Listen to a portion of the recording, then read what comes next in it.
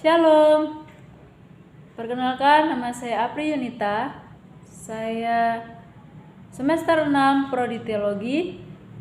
Pada saat ini saya akan menjelaskan suatu materi dengan topik yaitu tentang hukum Taurat. Hukum Taurat ini mungkin sudah tidak asing kita dengar, dan kita menemukan hukum Taurat ini yaitu di dalam Perjanjian Lama.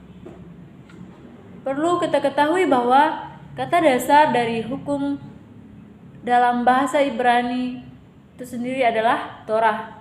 Nah, kata ini muncul kira-kira sebanyak 220 kali dan berasal dari kata yarah yang berarti mengarahkan dan mengajar. Jadi arti dasarnya adalah pengajaran. Hukum Taurat ini merupakan suatu ungkapan perjanjian Allah dengan umatnya. Tetapi perlu kita ketahui bahwa hukum Taurat ini tidak sepenting perjanjian. Nah, maksudnya adalah bahwa hukum Taurat harus mengungkapkan sifat kehidupan di dalam perjanjian itu sendiri. Nah, kita bisa melihat di dalam Kejadian pasal 12, di situ tertulis tentang perjanjian Allah dengan Abraham.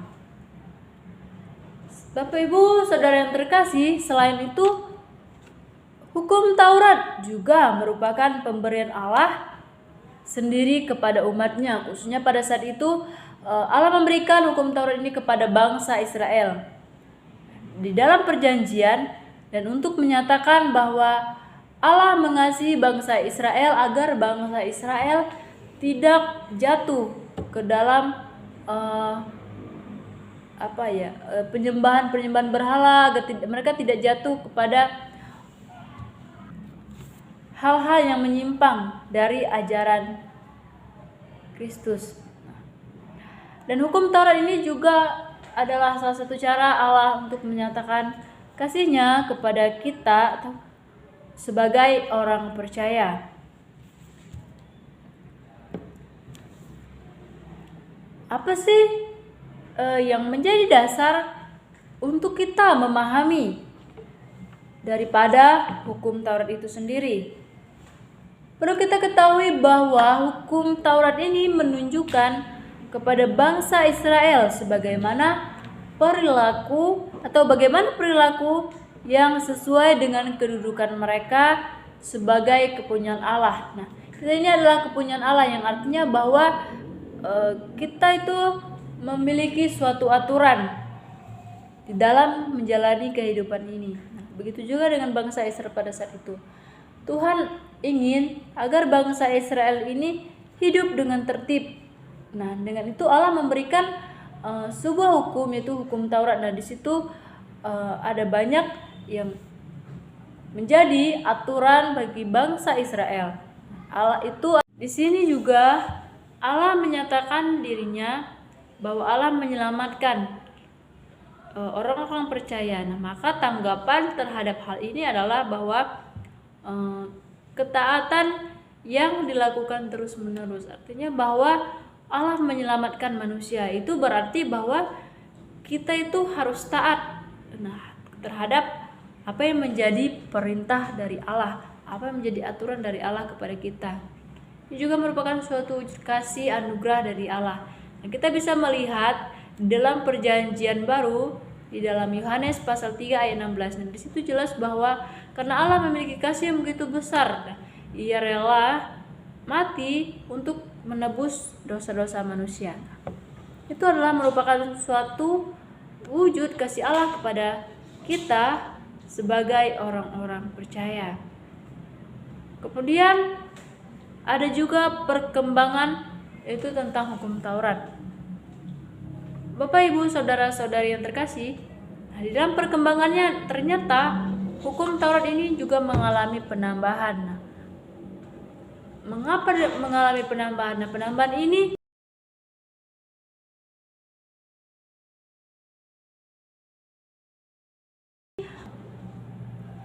oleh para imam dan juga oleh para nabi. jika kita bertanya kepada para imam, nah kita bisa udah melihatnya di dalam Hagai pasal 2 ayat 11 sampai ayat yang ke-13. Nah, di situ jelas tertulis, Bapak Ibu bisa melihatnya bahwa di Hagai ini mengatakan bahwa pada tanggal 24 bulan yang ke-9 pada tahun kedua zaman Darius, datanglah firman Tuhan kepada Nabi Hagai, bunyinya, beginilah firman Tuhan semesta alam itu, tanyakanlah pengajaran kepada para imam. 13. Andai kata seseorang membawa daging kudus dalam punca bajunya, lalu dengan puncanya itu ia menyentuh roti atau sesuatu masakan atau anggur atau minyak atau sesuatu yang dapat dimakan, menjadi kuduskah yang disentuh itu? Lalu para imam itu menjawab katanya, tidak. Nah, di sini jelas sekali bahwa hukum Taurat ini mengalami penambahan ya, memang karena adanya keputusan-keputusan yang diambil oleh para imam ataupun nabi. Seperti itu ya. Nah, keputusan-keputusan yang diberikan imam tersebut dinamakan Torah. Nah, keputusan-keputusan ini akan menghasilkan suatu pernyataan-pernyataan pendek yang dimana berisi tentang pengajaran, dan pada umumnya misalnya di dalam Mazmur pasal 1 ayat 1 sampai 5. Selain itu juga daftar-daftar hukum Taurat ini juga berisi tentang beberapa adat atau kebiasaan yang berasal dari hukum-hukum orang Kanaan. Itu bisa kita lihat di dalam Keluaran pasal 22 ayat 2. Nah, situ firman Tuhan mengatakan bahwa jika seorang pencuri mati, maka si pemukul tidak berhutang darah. Nah, artinya bahwa itu sudah menjadi adat bagi mereka, di mana ketika orang melakukan suatu kesalahan, maka bahkan sampai ia mati, kita tidak berhutang. Jadi kita tidak berhutang darah kepada orang tersebut. Poin yang selanjutnya adalah kita akan melihat ada beberapa yang menjadi bagian utama mengenai hukum Taurat ini. Yang pertama adalah 10 hukum atau 10 firman. Itu bisa kita lihat di dalam Keluaran pasal 20 ayat 1 sampai ayat yang ke-17. Kemudian di dalam kitab Ulangan pasal 5 ayat 6 sampai 21. Kemudian yang kedua yaitu yang menjadi bagian utama dari hukum Taurat itu adalah perjanjian. Nah, itu bisa kita lihat di dalam Keluaran pasal 19. Tentang ketaatan dapat kita lihat di dalam Ulangan pasal 30 ayat 15 sampai 20. Keimanan di dalam Imamat pasal 1 ayat 7 sampai 7. Kekudusan terdapat dalam Imamat pasal 17 sampai ayat 26. Kita ketahui bahwa semua hukum tersebut menyatakan sifat hubungan Allah dengan umatnya, yaitu umatnya itu adalah kita, di dalam syarat-syarat yang konkret atau nyata seperti itu. Selain itu juga ada beberapa sumber daripada hukum Taurat itu sendiri. Yang pertama adalah itu kitab Kejadian yang disebut atau Bereshit, Genesis, yang artinya pada permulaan atau asal muasalnya. Yang kedua yaitu kitab Keluaran, Shemot, Exodus, yang namanya itu berlepas atau terlepas dari lepas ke suatu tempat. Yang ketiga yaitu kitab Imamat, Vayikra atau Levitikus, yang artinya bahwa dia menunjuk kepada suku Lewi atau peradiran dan serta yang menjadi tugas mereka, tugas orang imam. Kemudian yang 4 yaitu kitab bilangan, yaitu Bamidbar atau Numbers, atau bisa dikatakan juga aritmoi, yang artinya adalah gurun atau tempat yang mengandung rekaman bilangan orang-orang Israel pada saat itu. Yang kelima yaitu kitab ulangan, Devarim atau Deuteronomi, artinya benda atau kata-kata atau undang-undang kedua.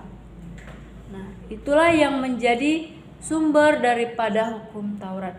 Ada 5 kitab, yaitu kitab Kejadian, Keluaran, Imamat, Bilangan, dan Ulangan.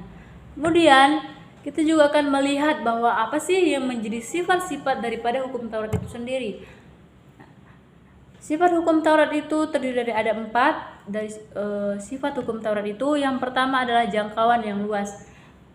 Ternyata hukum Taurat ini memiliki jangkauan yang luas, di mana bahwa seluruh kehidupan berada dalam kontrol kehendak Allah, dan semuanya terbuka dan tidak ada satupun yang tersembunyi di hadapan Allah. Di dalam hukum biasanya banyak diberikan hukum yang bersifat negatif daripada positifnya. Nah, tentu itu memiliki tujuannya. Nah, apa sih tujuan daripada hukum itu? Nah, tujuannya adalah untuk menghindari kesalahan-kesalahan sehingga tercipta suatu kebebasan dalam mengejar kehidupan yang berkelimpahan. Kemudian sifat dari hukum Taurat yang kedua yaitu himbauan yang bersifat pribadi.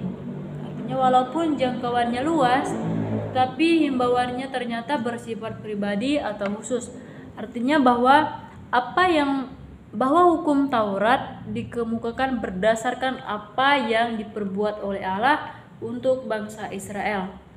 Kemudian sifat yang ketiga yaitu kekuatan mutlak. Nah, mengapa dikatakan mutlak? Karena didasarkan atas kekudusan Allah, maka hukum menuntut kesempurnaan umatnya.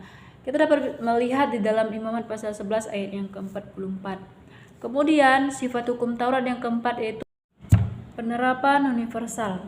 Kita harus mengerti bahwa hukum Taurat yang berlaku untuk umum, artinya bahwa hukum itu berlaku untuk seluruh umat Israel tanpa memperhatikan status sosial atau politik masing-masing. Nah, hukum Taurat ini adalah hukum yang unik di antara bangsa-bangsa yang lain. Poin yang selanjutnya yaitu peranan daripada hukum Taurat itu sendiri. Ada 3 peran yang di sini dari hukum Taurat. Yang pertama itu tentang hukum moral. Hukum moral menjadi bagian dari kodrati hukum yang menjadi bagian kodrat daripada manusia itu sendiri. Kemudian hukum seremonial, ini adalah hukum yang merupakan ekspresi untuk memisahkan sesuatu yang sakral dari yang duniawi berdasarkan prinsip daripada hukum Taurat itu sendiri. Kemudian hukum yang ketiga itu hukum yudisial. Nah, ini merupakan suatu ketentuan yang menentukan hukuman atau sanksi sehingga peraturan itu dapat dijalankan dengan baik. Oke, demikianlah materi yang dapat saya sampaikan. Terima kasih, Tuhan Yesus memberkati. Shalom.